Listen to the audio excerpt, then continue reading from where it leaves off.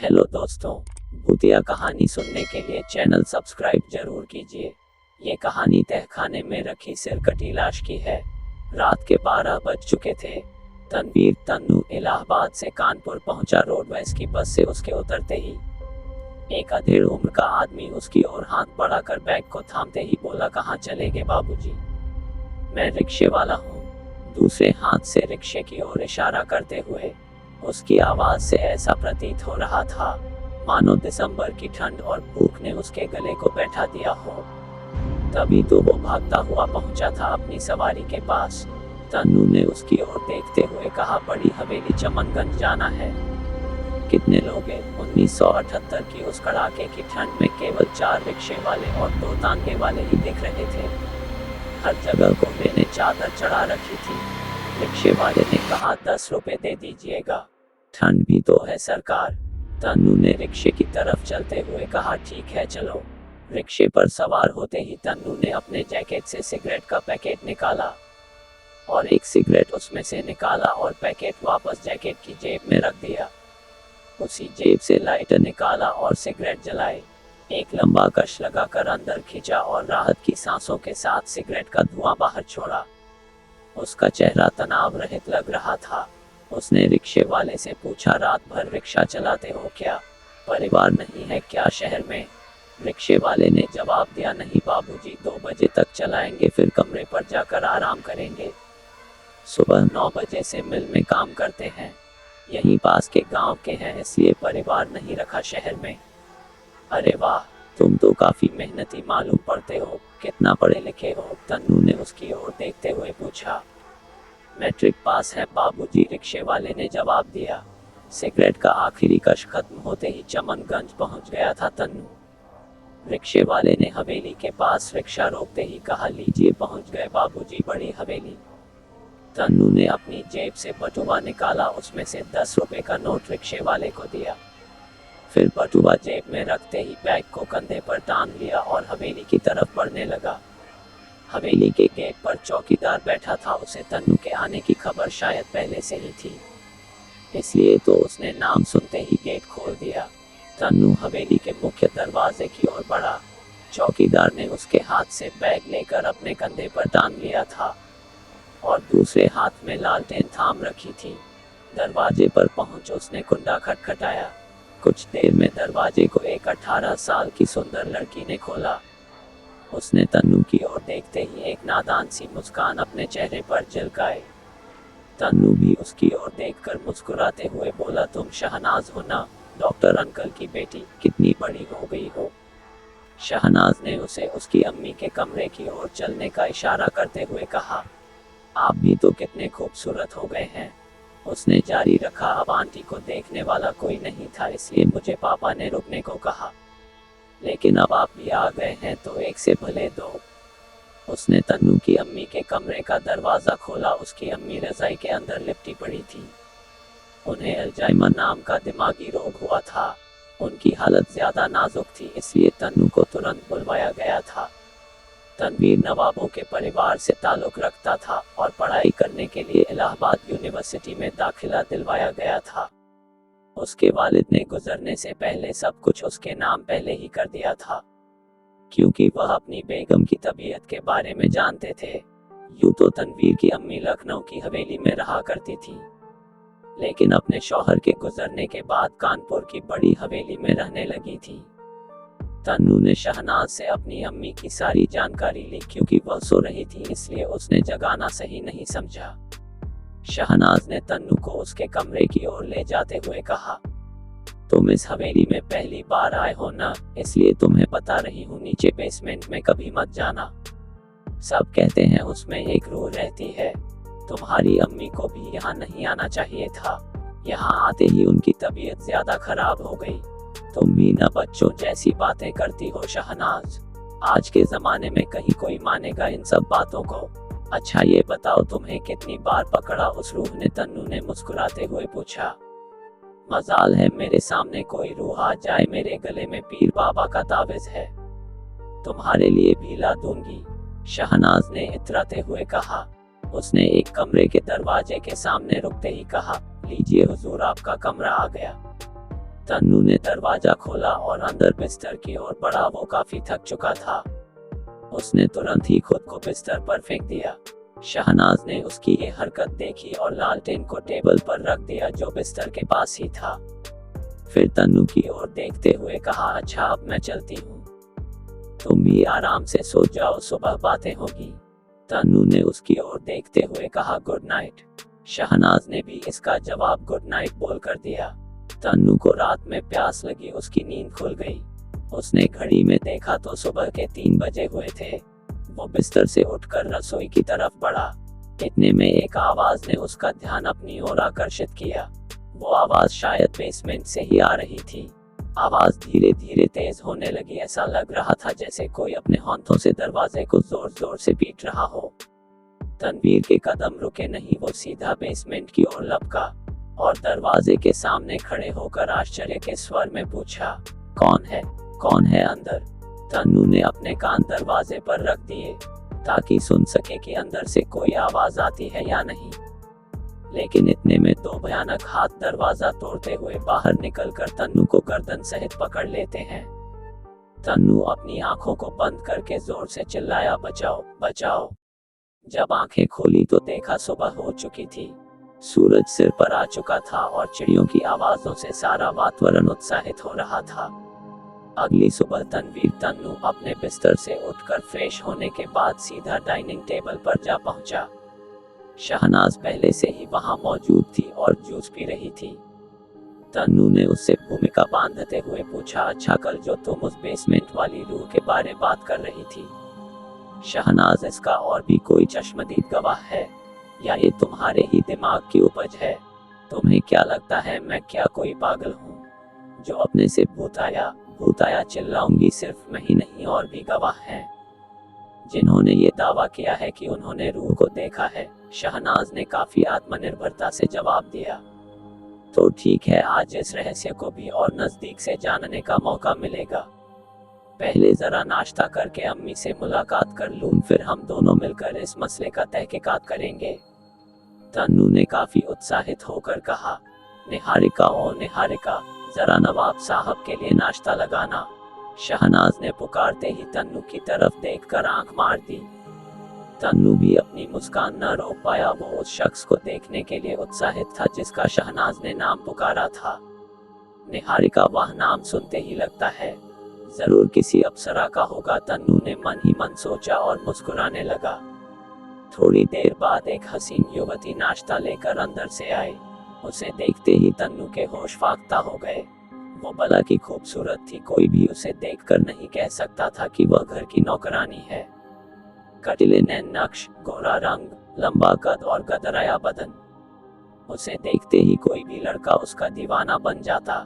निहारिका ने नाश्ते की प्लेट तन्नू के सामने रख दी और साथ ही टेबल पर गोभी, आलू, मूली, मेथी आदि के तरह तरह के पराठे थे।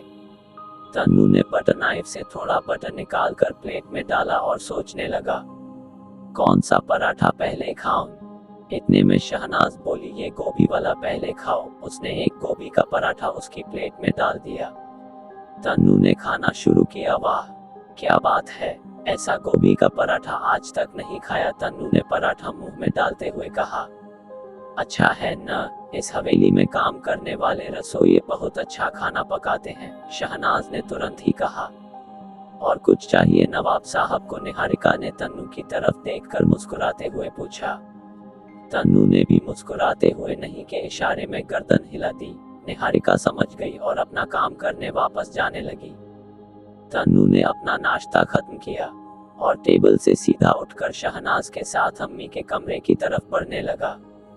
कमरे में पहुंचते ही देखा अम्मी एकटक छत को देख रही थी। उसने अम्मी को देखकर पूछा, अम्मी अब कैसी तबीयत है आपकी? लेकिन कोई जवाब नहीं मिला।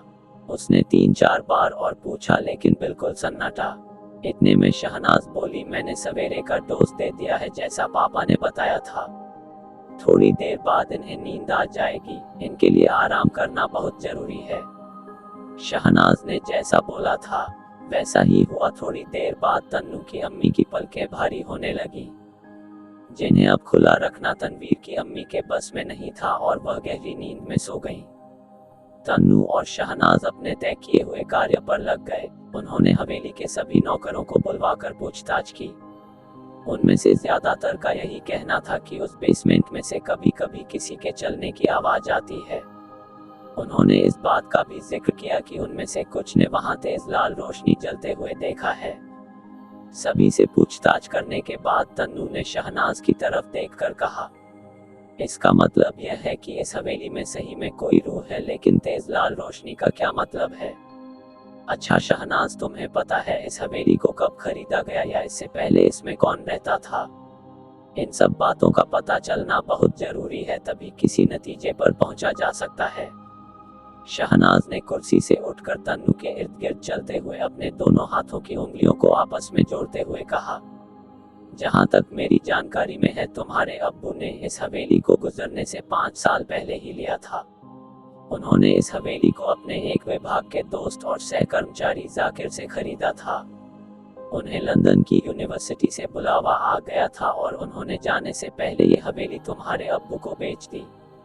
शहनाज ने बोलना जारी रखा, तुम्हारे अब्बू के गुजरने के बाद घर का खर्चा, हवेली के रख रखाव में दिक्कत आने लगी थी। इसलिए मुनीम जी और बाकी के जिम्मेदार सदस्यों ने ही लखनऊ की हवेली बेचने का फैसला किया था। फिर भी खर्चा चल ही रहा है, कई जगह खेती से अच्छी खासी आमदनी जो हो जाती है। तुम्हारे अब्बू और जाकिर इस हवेली में अपने प्रयोग की कुछ वस्तुएं भी रखते थे, मैंने ऐसा सुना है। तन्नू काफी गंभीरता से इस बड़ी हवेली के ख्यालों में खो गया। तन्नू अपने ख्यालों में ये सोचता रहा कि आखिर उस तहखाने में ऐसा क्या होगा जिससे सभी हवेली के नौकर डरे हुए हैं। क्यों न तहखाने को एक बार खोलकर देखा जाए। मैं कल ही उस तहखाने को खोलता हूँ, तन्नू ने मन ही मन सोचा।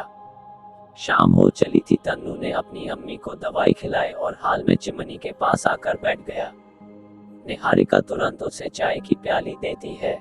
तन्नू निहारिका की तरफ बड़े प्यार से देखता है और पूछता है, घर में कौन कौन है? निहारिका ने जवाब दिया, कोई नहीं है नवाब साहब। तन्नू चाय की चुस्की तो ले ही रहा था, साथ ही निहारिका की कमर को देख रहा था। उस गदराए हुस्न की मलिका की कमर बिल्कुल चिकनी नजर आ रही थी। वो उसे हसरत भरी निगाहों से देख रहा था और उसके मन में उसे छू लेने का विचार आ रहा था। इतने में कमरे में शहनाज आ जाती है और तन्नू की तरफ देखकर कहती है, क्या हुआ नवाब साहब, क्या खिचड़ी पक रही है दिमाग में? तन्नू ने मुस्कुराते हुए उसकी ओर देखा और कहा, कुछ नहीं, बस यूं ही चाय की चुस्की ले रहा हूँ। तुम्हें भी पीनी हो तो बनवाऊं? तन्नू ने अपनी नजर चुराते हुए कहा। रहने दीजिए, मैं खुद ही बना लूंगी, शहनाज ने तन्नू की ओर देखते हुए कहा। इतने में तन्नू ने उससे पूछा, अच्छा शहनाज, क्या कल तुम मेरे साथ तहखाने में चलोगी? ना बाबा ना, क्या मुझे पागल कुत्ते ने काटा है क्या? शहनाज ने बोला। तुम भी क्या बच्चों जैसी बातें करती हो?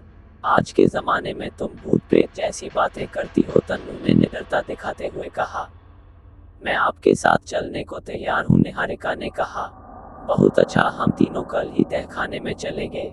इस बात का पता लगाने की आखिर उस तहखाने में ऐसी क्या चीज छुपी हुई है जिससे घर के बाकी नौकर इतना डरे हुए हैं। तन्नू ने उन दोनों नौजवान लड़कियों से कहा जिनके चेहरे पर गंभीरता के साथ डर साफ झलक रहा था। रात काफी हो चली थी। खाने की टेबल पर एक दूसरे को गुड नाइट कहने के बाद शहनाज और तन्नू अपने अपने कमरों में सोने चले गए। तन्नू ने अपने कपड़े बदले और नाइट सूट में बिस्तर पर सोने चला गया। कुछ देर बाद तन्नू की नींद खुली। उसने अपनी घड़ी में देखा तो 3 बजे हुए थे। उसे जोर से प्यास लगी थी, लेकिन बगल में रखे जग में पानी खत्म हो गया था। उसने अपने मन में सोचा, बड़ी अजीब बात है, अभी तो पानी भर के रखा गया था, सोने से पहले एक बार भी नहीं पिया, तो फिर ये पानी कैसे खत्म हो गया? तन्नू ने इतना सोचा ही था, फिर उठकर किचन की ओर बढ़ने लगा कि अचानक उसे किसी के कदमों की आवाज सुनाई पड़ने लगी। उसने पहले तो इस बात को नजरअंदाज किया, लेकिन फिर जब आवाज काफी जोर से आने लगी तो उसने उस आवाज का पीछा किया। वह कदमों की आहट उसे तहखाने के पास ले गई। कदमों की आहट इतनी साफ सुनाई पड़ रही थी कि कोई भी दूर से सुन ले, और दरवाजे के नीचे दरार से लाल रोशनी चमकती हुई दिखाई पड़ रही थी। तन्नू तहखाने के दरवाजे के निकट आया तो कदमों की आहट थोड़ी धीमी पड़ गई। उसने जैसे ही दरवाजे पर कान टिकाए, अचानक एक खौफनाक हाथ बाहर निकल कर आता है, दरवाजा तोड़ते हुए, और तन्नू को जकड़ लेता है। तन्नू घबराहट में अपनी आंखें बंद करके जोर से चीखता है, बचाओ बचाओ। इतने में उसकी आंखें खुल जाती हैं तो देखता है निहारिका खिड़की का पर्दा हटा रही थी और सुबह का सूरज निकल चुका था। उसने तन्नू की ओर देखते हुए कहा, किसने पकड़ लिया नवाब साहब? आपको किससे बचाना है? तन्नू ने बात को बदलते हुए कहा, जिसे पकड़ना है वो तो कभी पकड़ती नहीं है, जिसे नहीं पकड़ना होता है वो सपनों में भी पकड़ लेता है। तन्नू का शरारत भरे जवाब का मतलब शायद निहारिका समझ गई थी, इसलिए उसकी ओर मुस्कुराते हुए बोली, अब जल्दी से तैयार भी हो जाए और नाश्ते की टेबल पर आ जाए। याद है ना, आज तहखाने की छानबीन करनी है। तन्नू तैयार होकर टेबल पर पहुंच जाता है जहां शहनाज पहले से ही मौजूद थी। तन्नू ने शहनाज को गुड मॉर्निंग कहा। वापसी में शहनाज ने भी उत्तर दिया। नाश्ता खत्म होते ही तीनों पहले तन्नू की अम्मी को देखने गए। उनकी हालत में सुधार तो था, लेकिन वह किसी से बातचीत नहीं करती थी। निहारिका और शहनाज ने उन्हें दवाइयां देकर आराम से बिस्तर पर लेटा दिया, क्योंकि उनकी दवाइयां ऐसी थी कि किसी भी इंसान को कुछ देर में सुला देती। उनके सो जाने के बाद तीनों तहखाने की ओर चल दिए। हो सकता है कि इस तहखाने में कुछ ऐसा राज छुपा हो जिसे आज तक कोई ढूंढ ना पाया हो। शायद कोई खजाना हो या छुपा हुआ रहस्य जो तीनों को अमीर बना दे। हो सकता है कि लोगों की बात सही हो और यहाँ पर कोई भूत प्रेत हो, या ये भी हो सकता है कि सिर्फ एक वहम है जो लोगों ने पाल रखा है। तन्नू के मन में ये सारी बातें चल रही थी जैसे जैसे वह तीनों तहखाने की ओर बढ़ रहे थे।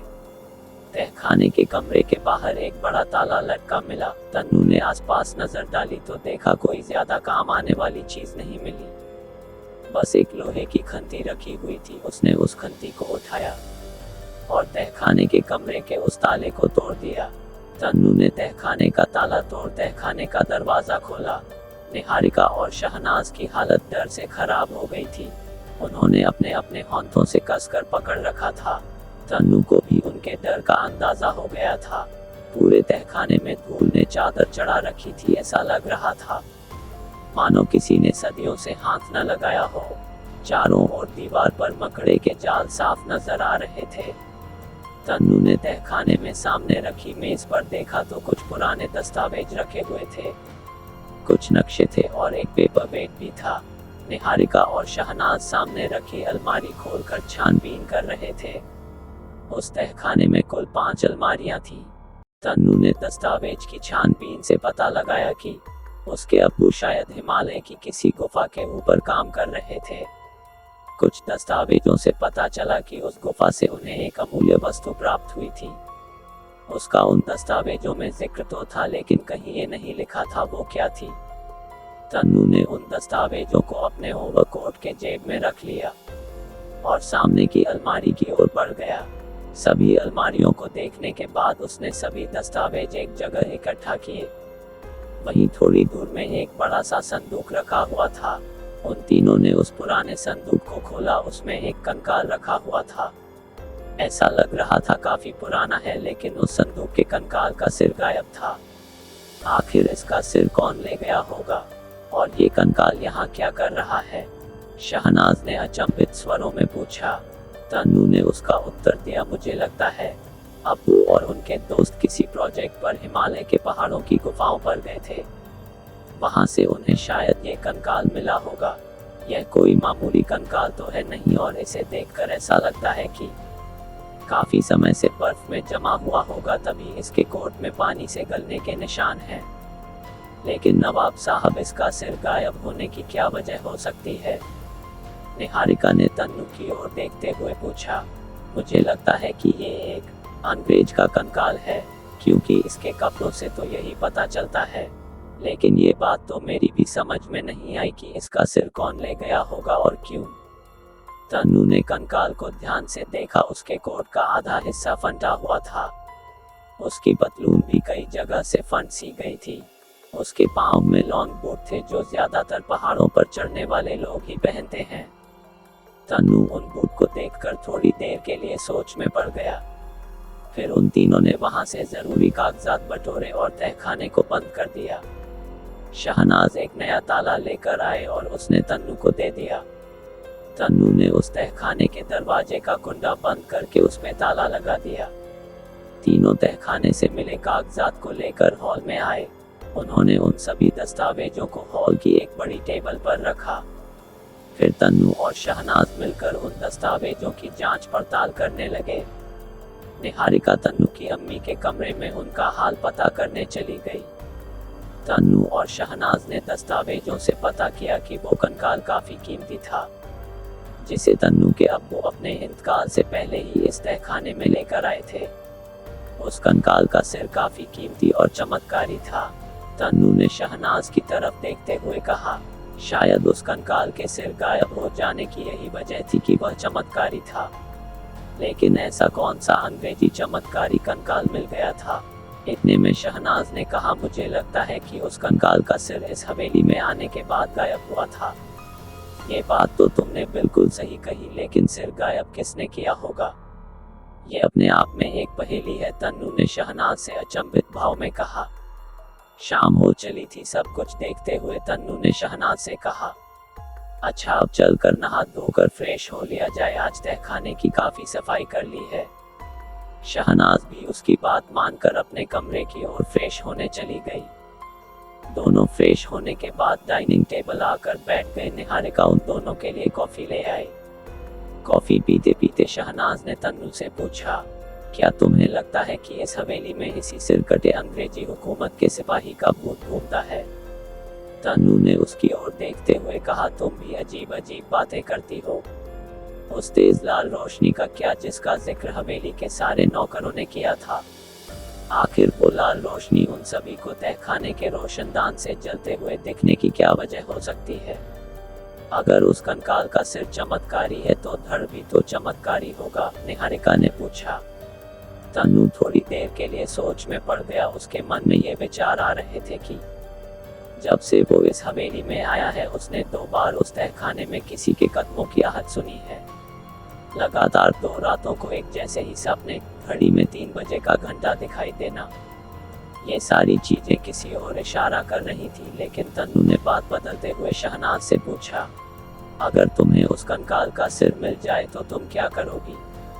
अगर वो सचमुच चमत्कारी हुआ तो उससे बहुत सारी दौलत मांग लूंगी और इस दुनिया पर शहजादी बनकर राज करूंगी। शहनाज ने पलक झपकते ही जवाब दिया।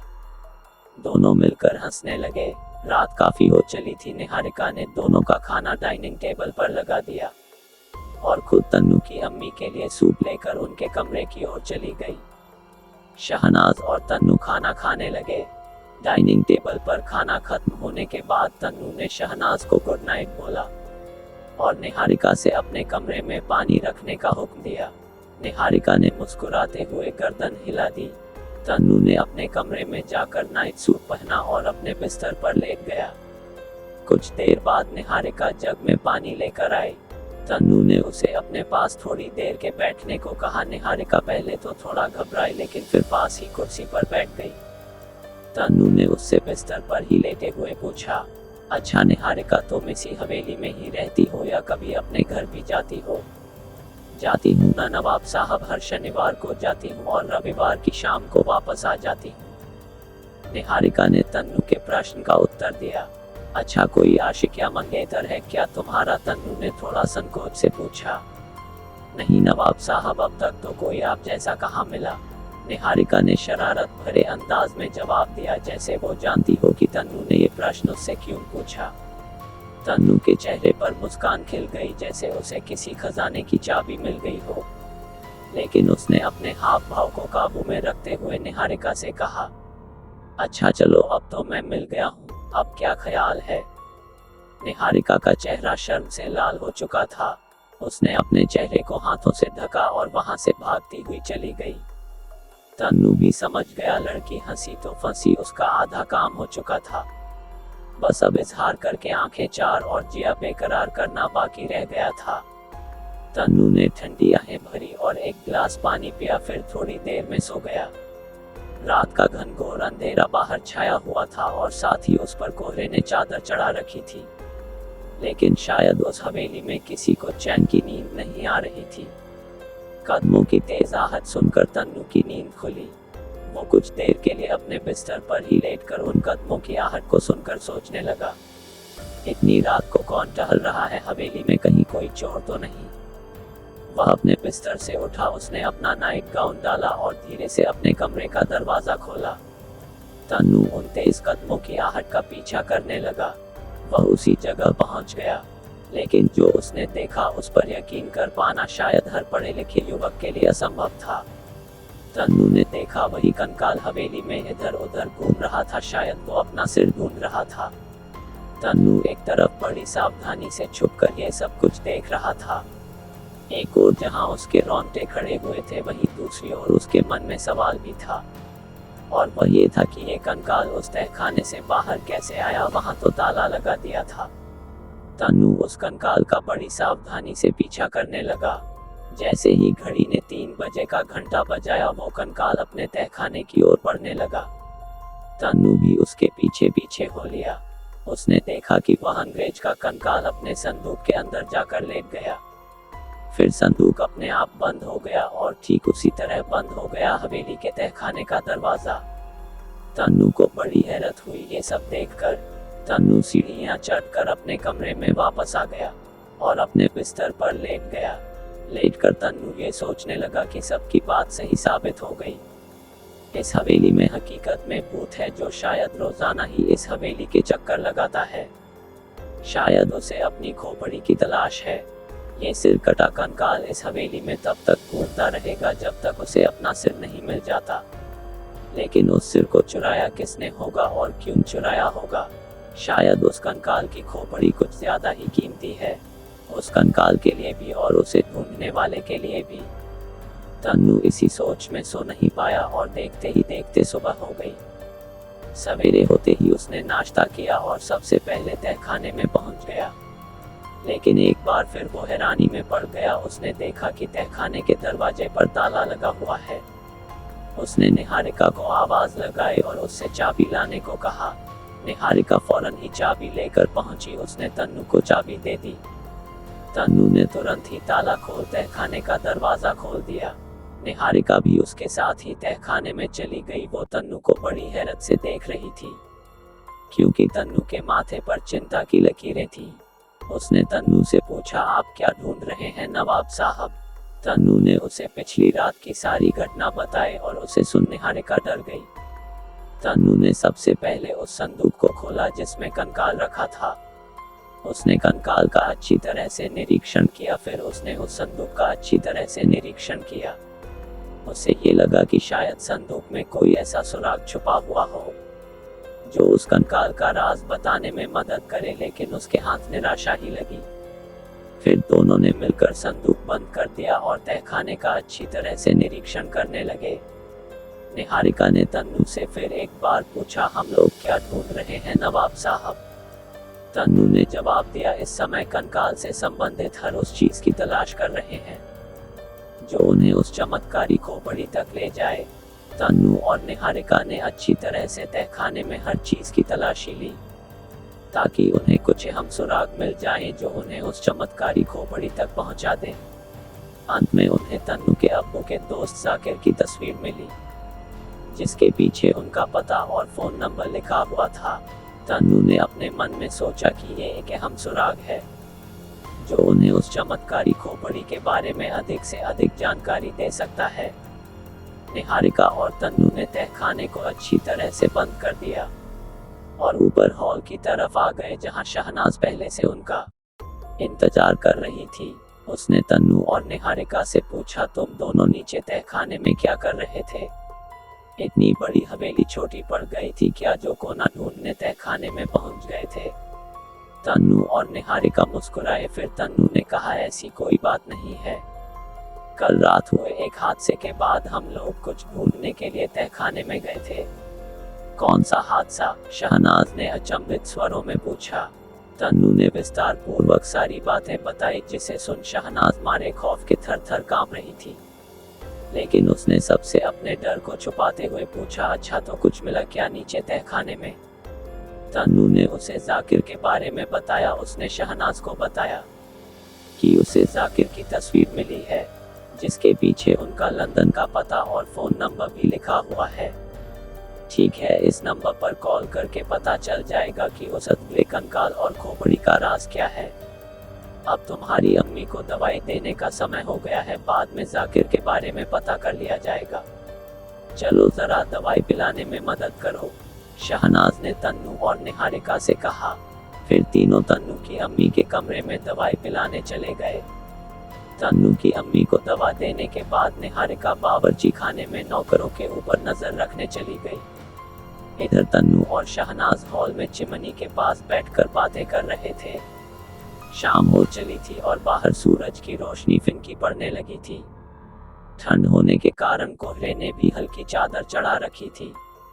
इतने में अचानक फोन की घंटी बजती है। तन्नू फोन का रिसीवर उठाता है और अपने कानों से लगाता है। फिर भारी स्वरों में कहता है, हेलो। उधर से भी आवाज आती है, हेलो। कौन? तनवीर, मैं शहनाज का अब्बू बोल रहा हूँ। अब तुम्हारी अम्मी की तबीयत कैसी है? कुछ सुधार हुआ उनकी हालत में? शहनाज के अब्बू ने तन्नू से पूछा। तन्नू ने अपनी अम्मी का हाल उन्हें बताया और फिर शहनाज को अपनी तरफ आने का इशारा किया। थोड़ी देर शहनाज के अब्बू से बात करने के बाद उनसे बोला, शहनाज भी यहीं खड़ी है, अंकल लीजिए, उससे भी गुफ्तगू कर लीजिए। शहनाज ने रिसीवर तन्नू के हाथ से लिया और अपने दाईं तरफ कान से लगा लिया और बोली, हेलो अब्बू, आप कैसे हैं? उधर से आवाज आई। मैं तो ठीक हूँ बेटा, तुम बताओ तुम कैसी हो? मैं भी अच्छी हूँ, यहाँ काफी खुश भी हूँ। आंटी को दवा समय से दे रही हूँ, आप इस बात की चिंता न करिएगा, शहनाज ने आश्वासन जताते हुए कहा।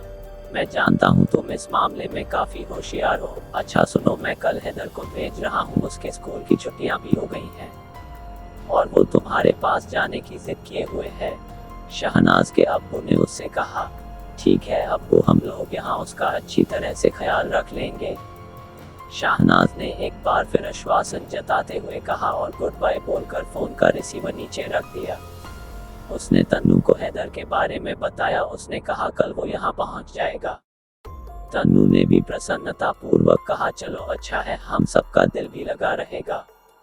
हैदर 7 साल का था और शहनाज का छोटा भाई था, जिसके पैदा होने के 4 साल बाद उन दोनों की अम्मी का इंतकाल हो गया था, जिसके बाद दोनों बच्चों की जिम्मेदारी शहनाज के अब्बू ने बखूबी निभाई थी। दोनों बच्चों को कभी अपनी अम्मी की कमी नहीं खली। जहां शहनाज एक सुलझी हुई सुंदर लड़की थी, वहीं हैदर बहुत शरारती और हाजिर जवाब था। उसकी शरारतों के किस्से अक्सर उसके स्कूल से सुनने को मिल जाते थे। अब तक शायद ही कोई ऐसा दिन गुजरा हो कि हैदर की शरारतों की शिकायत उसके घर तक ना पहुंची हो। लेकिन पढ़ाई के मामले में हैदर अपनी क्लास में सबसे आगे था। शायद यही वजह थी कि उसकी इतनी शरारतों के बावजूद उसे कभी निकाला नहीं स्कूल वालों ने। रात काफी हो चली थी। निहारिका ने तन्नू और शहनाज को खाने के लिए बुलाया। दोनों बावर्ची खाने के सामने वाले हॉल में रखी डाइनिंग टेबल पर खाने के लिए बैठ गए। खाना खाने के बाद तन्नू ने शहनाज को रोज की तरह गुड नाइट कहा और अपने कमरे में सोने चला गया। थोड़ी देर बाद उसके कमरे निहारिका ने रोज की तरह पानी का जग और ग्लास रख दिया।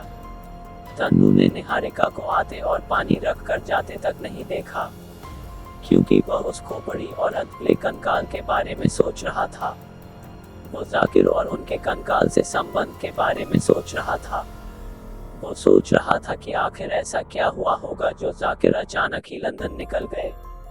हो सकता है उन्हें इस जिंदा लाश के बारे में जानकारी हो, तभी उन्होंने अचानक ही लंदन की यूनिवर्सिटी में पढ़ाने का आवेदन किया हो और उनका आवेदन स्वीकार कर लिया गया हो। तन्नू के सोचते सोचते ही काफी रात बीत गई कि तभी अचानक बड़ी जोरों की आवाज सुनाई पड़ी। धड़ाक, जैसे कहीं किसी ने दरवाजे पर बहुत जोर से एक लात मार दी हो और दरवाजा खुल गया हो। दोस्तों, कहानी का अगला भाग अभी बाकी है, बने रहिए हमारे साथ। कृपया वीडियो को लाइक और चैनल सब्सक्राइब जरूर कीजिए।